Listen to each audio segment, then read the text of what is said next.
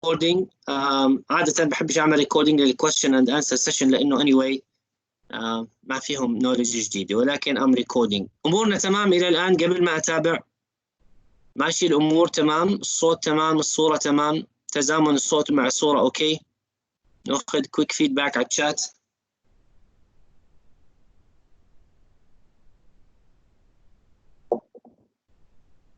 اوكي بس 3 حكوا تمام كلير. اتمنى البقيه progressing fine. very good. نرجع باك.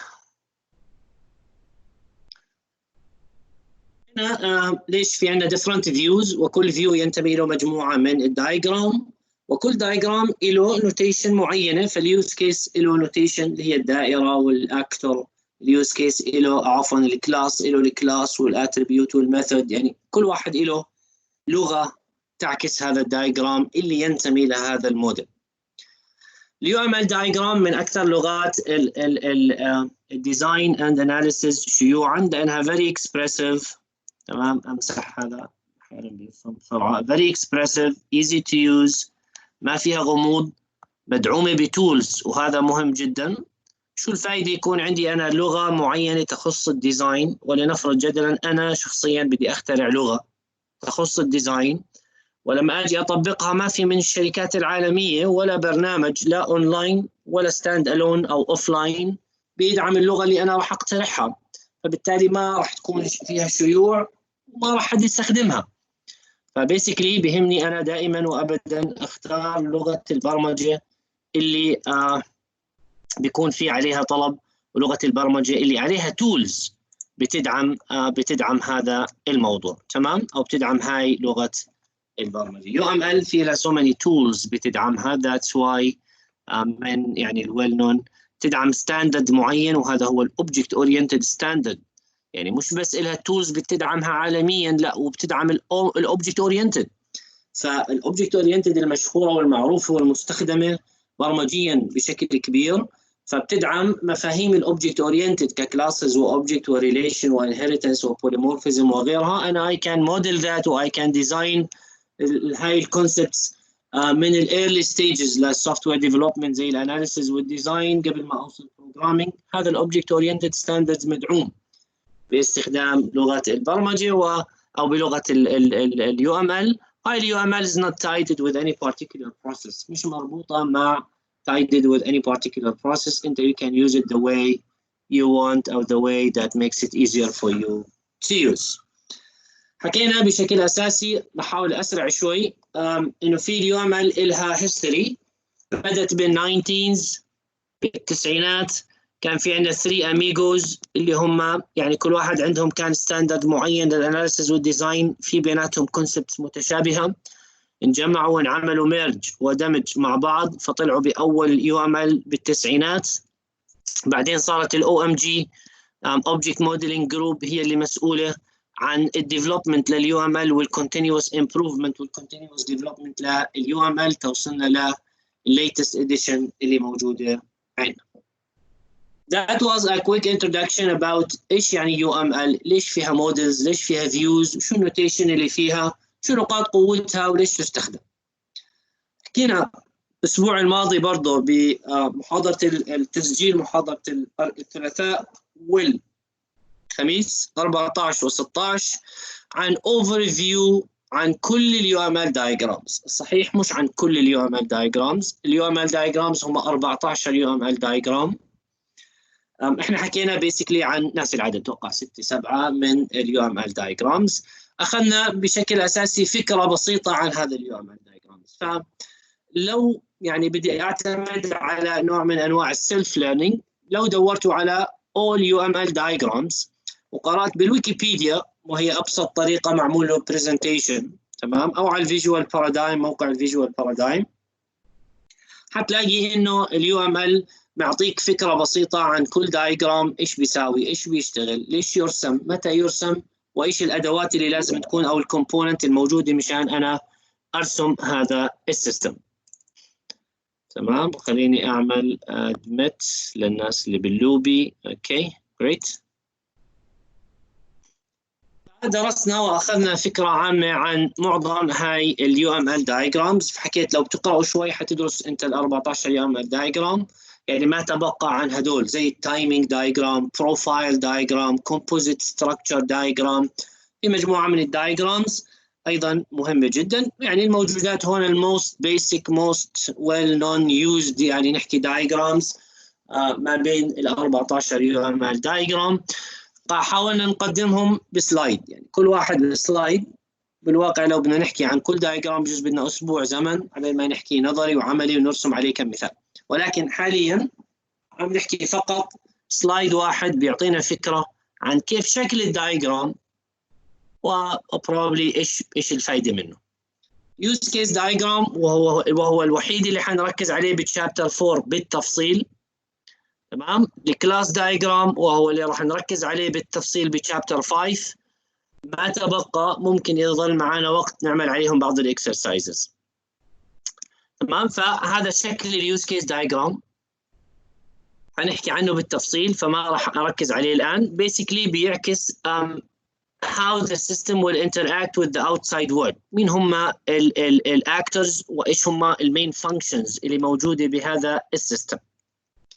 كلاس دايجرام بيعكس انه ايش الاوبجكتس needed for this class اللي هم بالتالي classes and how they are related. مين بيحكي مع مين father لمين، مين composite من مين aggregation مع مين.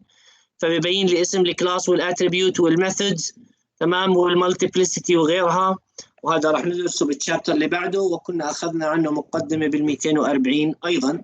فبيعكس لي ايش هم الاوبجكتس اللي انا بدي اعملهم كودينج بالواقع، او ايش هم الكلاسز اللي بدي اعملهم كودينج مشان تحقق الفانكشنز اللي انا رسمتها باليوز كيسز. الدايجرام اللي بعده هو الكولابوريشن دايجرام. وكولابوريشن دايجرام او هو الاسم القديم غير مستخدم anymore، اسمه communication diagram الان، وهذا من الدايجرامز ايضا اللي ندرسها باللاب. الكوميونيكيشن دايجرام هو بالواقع الان بيعكس how those objects are interacting in a free form. هون حكينا انه الكورس is written by an author. الكورس is written by an author. ولكن الآن باجي أنا بفصل بالتفصيل بالكولابوريشن دايجرام كيف يعني written، إيش الكوميونيكيشن، شو ترتيب عملية الرايتنج، مين رقم 1، مين رقم 2، مين رقم 2.1 2.1.1 إذا في. فأنا يعني الآن بفصل على مستوى الميثودز مين بينادي مين. فالفكرة الآن أنا I'm showing how the objects are interacting in a free form. تمام. إذا أحد أهم الخصائص ليش أنا بدي أرسم هذا الكلا أو هذا الكوميونيكيشن دايجرام مشان أشوف how objects are communicating in a free form. يعني بلغة طليقة بشكل رسمي حر بتفصيلات وبترقيم لكل واحد من هاي الميثودز، مين بالأول، مين 2، مين 3، مين 4. Another interesting UML diagram اسمه sequence diagram. هذا السيكونس دايجرام أيضا shows me how objects are interacting، ولكن الآن according to time. فأنا مهتم إني أشوف الأوبجكتس مين interacting according to time، وهذا هو التايم 0 والتايم بيزيد كل ما نزلنا لتحت. فبشوف إنه الأول بيشتغل هذا، بعدين فترة اللايف تايم لهذا الأوبجكت هون، بعدين اشتغل صار لايف تايم هون، بعدين اشتغل هذا بهذا المنطق. فبدي اشوف اللايف تايمز، بطل اسمهم كلاسز هذول، صار اسمهم لايف تايمز. الان انا بشوفهم برضو according to time. كثير بيشبه الكوميونيكيشن الكولابوريشن دايجرام، بس السيكونس دايجرام مور اورجنايزد اكثر. تمام. بيفرجيني according to time مين بيستدعي مين، وايش الريتيرن، وايش بيرجع، وايش بيشتغل. تمام. هذا بالنسبه للسيكونس دايجرام. ستيت شارت دايجرام عاده يرسم للريال تايم سيستم، وركزنا على هذا الكلام بالريكوردينج. بشوف انا ايش الستيتس اللي بمر فيها السيستم. هون انا كنت انترستد اشوف مين الكلاسز وكيف بيتعاونوا مع بعض according to time. هون انا انترستد اشوف الاوبجكتس كوبريشن. هون انترستد اشوف الكلاسز. هون انترستد اشوف الفانكشنز. اليوز كيسز انا بكون انترستد اشوف ايش هم، عفوا الستيت انا بكون انترستد اشوف شو هم حالات اللي بمر فيها السيستم، مش كلاساته ولا اوبجكت تاعاته ولا ايش attributes فيه ولا method ولا ايش فيه functions. انا interested اشوف ايش الستيت اللي probably ممكن يمر فيها السيستم، وبناء على حالات اللي بمر فيها السيستم والاكشنز اللي انا باخذها بخليني انتقل من حاله الى حاله، يساعدني to program هذا السيستم also. تمام. اذا الستيت شارت دايجرام بيعكس الستيتس المكتوب هنا هم حالات وليس function وليس classes. package diagram more into an organization diagram بيساعدني بتحقيق الموديولاريتي اللي درسناها بشابتر 3. فأنا في عندي related classes لها علاقة بالاستعارة والإرجاع عند whoever، هذول بحطهم بباكج لحالهم. في عندي مجموعة من الكلاسز تخص اللايبراري بباكج أكبر، في عندي كلاسز تخص المستودعات والتزويد والتوريد بحطهم بباكج لحالهم. فبقدر أنا أعمل باكجز غير مهتم كثير بتفصيلات كل باكج بروبلي ايش فيها انسايد الان، بس انا مهتم انه في باكج اسمه كذا بينادي باكج اسمه كذا بيستدعي باكج اسمه كذا، سواء كانت طبعا هاي الباكجز ريدي جاهزه او باكجز انا I need to develop. تمام. بكل الحالات بدي اعملهم بباكجز. هذول الكلاسز والباكجز الان لما يتحولوا ل DLL files Dynamic Link Libraries أو EXE files اللي هم درسناهم also بشابتر 3 وسميناهم assemblies. تمام. الآن بشوف هاي الاسمبليز هاي كcomponents الآن كوحدة واحدة وين شو علاقة هاي الوحدات ببعضها. و probably this is a very high level view مين هاي components وكيف بدي أعملها deploy على النودز اللي هو سواء كانت servers أو routers أو database servers أو client server. بغض النظر وين النودز هاي او sensors او printers بقدر انا اشوف وين بدها تنزل هاي الكومبوننتس. اذا لما انا اعمل deploy يعني انزل السيستم من عندي انزله لعند الكاستمر. That was it. هذا اهم شيء حكينا عنه في محاضرات الاسبوع الماضي. بدينا بشابتر 4 واعطينا مقدمه عن ايش اليو ام ال بشكل عام، بعدين حكينا مقدمه عن اليو ام ال دايجرامز. في محاضرات هذا الاسبوع لما تبلشوا تشوفوها راح تشوفوا انه بدينا نحكي عن اليوز كيس بالتفصيل وايش معناته وكيف بينرسم وحناخذ عليه اكسرسايزز عملي. هيك بنكون انهينا الريفيو. ناخذ the question and answers. اذا في حد عنده اي سؤال يا ريت تبلشوا تكتبوا لنا بالشات وانا I will address them one by one. I will answer them one by one. امورنا تمام. يعني بشكل عام الريفيو اعطانا فكره عن ايش كانت التسجيلات all about. الناس اللي ما حضرت التسجيلات ساعدها تعرف ايش راح تسمع، والناس اللي سمعت التسجيلات بجوز رسخت المعلومه اكثر شوي. حدا عنده اي سؤال بناء على هذا الكلام؟ طبعا انا بيجيني اسئله عن طريق الايميل وبيجي لي اسئله ايضا عن طريق جوجل هانجز اوت which is good، ولكن اذا في حد عنده اسئله الان برضو كثير ممتاز.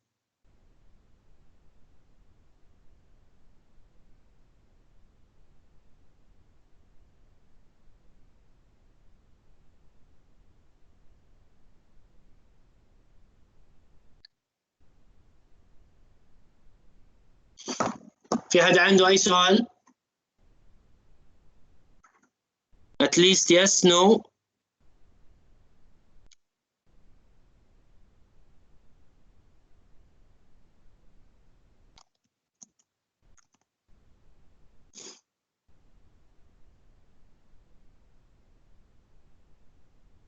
هبة ما في أسئلة؟ no problem thank you. روان ما في. دكتور وائل وليد عفوا good.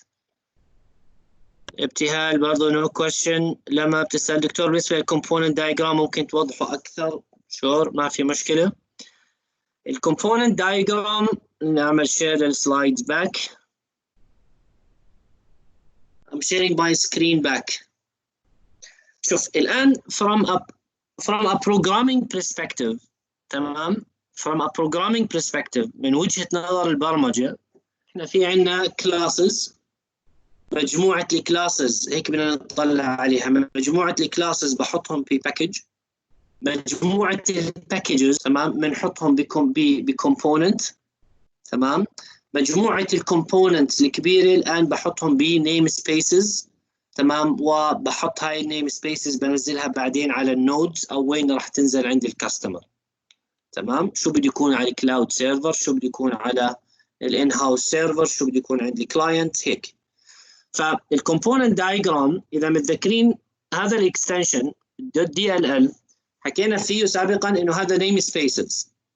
شو يعني نيم سبيس؟ اذا بترجع الى شابتر 3 هتلاقي هو very big container، very big container فيه so many namespaces داخله and so many classes. مثال لو حكينا عن ال system.windows، تمام، it's a namespace، it's a component بحد ذاتها. فمن باب اولى ممكن انا احكي المين تاعي، انا المين.exe بده يعمل import، تمام، بده يعمل import لكومبوننت. هاي الكومبوننت اسمها system component، خلص اسمها system بدون دوت ولا شيء. بهاي الحاله شو حكيت انا؟ بهاي الحاله حكيت انه هذا المين كلاسز اللي بده يصير فيها execution، تمام، هاي المين كلاسز بتستدعي وبتعمل import وبتستخدم component جاهزه، DLL فايل جاهزه اسمها systems. إذا كان مثلا الجرافيكال يوزر انترفيس يونت الموجودة عندي بدها تستخدم another component، لنفرض جدلا هاي الكومبوننت تخص الألوان، تمام، سواء كانت جاهزة وأنا بدي أعملها، فبقول في عندي component. طبعا هاي الكومبوننت اللي اسمها color جواتها so many classes بالواقع لها علاقة بالألوان وتنسيق الألوان ومزج الألوان وغيره. إذا أنا مثلا بشتغل عندي المين قاعد يعمل calculation، فأنا هذا بده يستدعي component جاهزة. هاي الكومبوننت هي نيم سبيس اسمها math عشان أنا أعمل .add و .subtract و .multiply وغيرها. فهاي الماث هي عبارة عن component name space جواتها so many classes and so many functions I can use. عشان هيك حكيت هو very high level view. شو هم المين كومبوننت اللي عندي حتشتغل؟ شو هم المين جرافيكال يوزر انترفيس كومبوننت؟ شو السيرفيسز والاذر كومبوننتس اللي بده يستدعيها سيستم؟ فبقدر انا اعمل لهذا الحكي ديزاين من الان. برسم هاي الرسمه، باجي هاي الرسمه بعطيها للبروجرامر، بيجي بيطلع عليها بيعرف والله المين داخله بده يستدعي جرافيكال يوزر انترفيس، بده يعمل يستدعي الكلر، فبيجي بيكتب include color مثلا .h مثلا. بده يستدعي الماث فباجي بقول include math.h. بده يستدعي السيستمز فبقول include system.windows.forms مثلا. بهذا المنطق انا بعمل ديزاين ايش الكومبوننتس اللي بده اياها سيستمي وبعطيها للبروجرامر مشان يستخدمها بيسكلي اثناء البروجرامينج. Does it make sense؟ اوضح؟ صارت شوي لما؟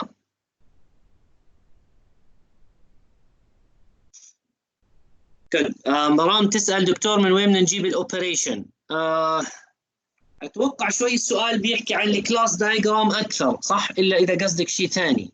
لانه لما نحكي كلمه اوبريشن معناته بنحكي كلاس له اتريبيوت وله اوبريشن، هيك تمام؟ بالسيكونس دايجرام، يس، بالسيكونس دايجرام هاي الاوبريشنز اللي احنا بنجيبها. راح اعمل شير مره ثانيه. هاي الاوبريشنز اللي احنا حاطينها بالسيكونس دايجرام هون بنجيبها احنا اوريدي راسمينها بالكلاس دايجرام. اذا بتتذكروا حكيت انا سابقا لو انا اعطيتك الان اكسرسايز، هذا الاكسرسايز بيقول ارسم لي سيكونس دايجرام لنظام الاي ليرنينج كيف بيشتغل. اكيد مستحيل تيجي تقدر تبلش تعمل هيك وتحط كلاسات الاي ليرنينج. طب كيف بدك تجيب كلاسات الاي ليرنينج او اللايف تايمز بدك تحطها فوق؟ هاي اللايف تايمز هي اسماء كلاسز، وبالتالي عشان ارسم سيكونس دايجرام لازم اكون راسم كلاس دايجرام. ولما اكون راسم كلاس دايجرام معناته انا راسم عندي الكلاس في له نيم وفي له اتريبيوت وفي له ميثود، تمام؟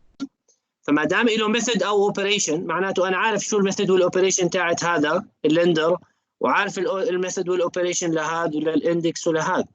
ليش عارفهم؟ لاني راسم لي كلاس دايجرام قبل السيكونس.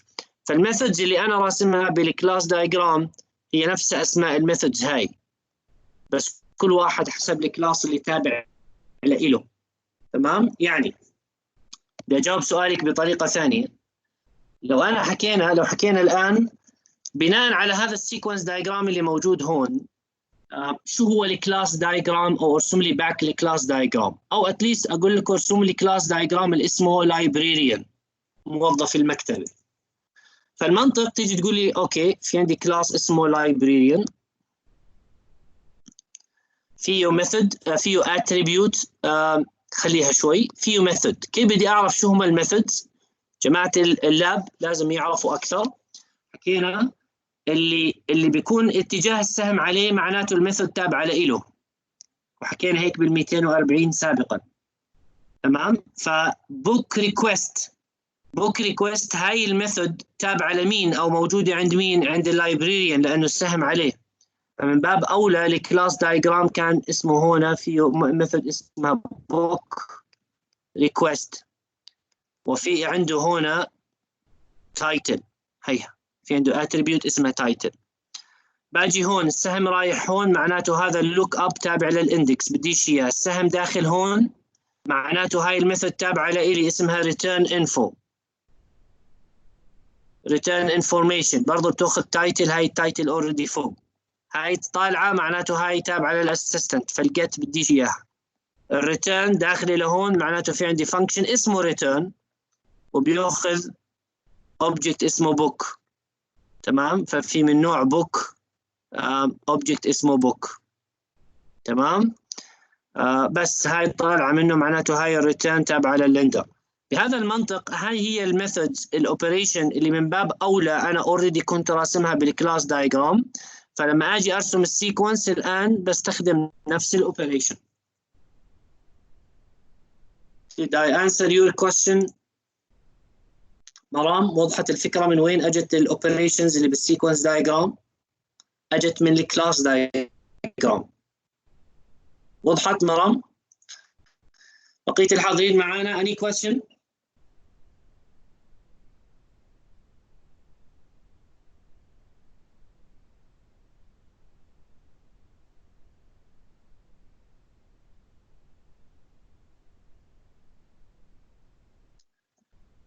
No questions.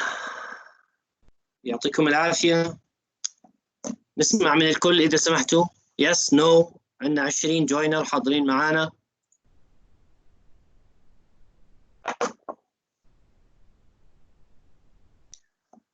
Okay, good. No questions. أمور تمام. Great.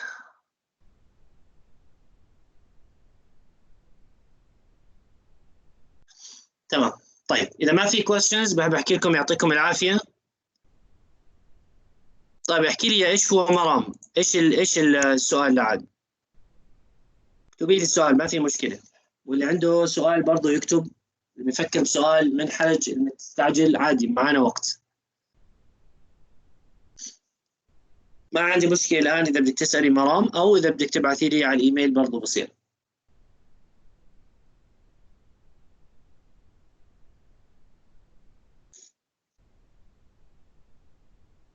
أوكي تمام. يعطيكم العافية جميعا. شكرا على الحضور والالتزام. راح أشوفكم إن شاء الله بمحاضرات ثانية.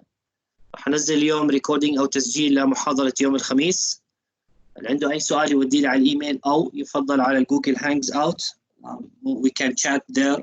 نعتبرها ساعات مكتبية دائما متواجد. مجرد ما فتحت الكروم بيعمل ساين إن لحاله وبشوف المسجز. كثير ناس طلاب بيراسلوني هناك. يعطيكم العافية جميعا. راح أعمل أبلود لهذا ريكوردينج ليتر على برضو على الإي ليرنينج. شكرا لكم. Stay safe. السلام عليكم. باي باي.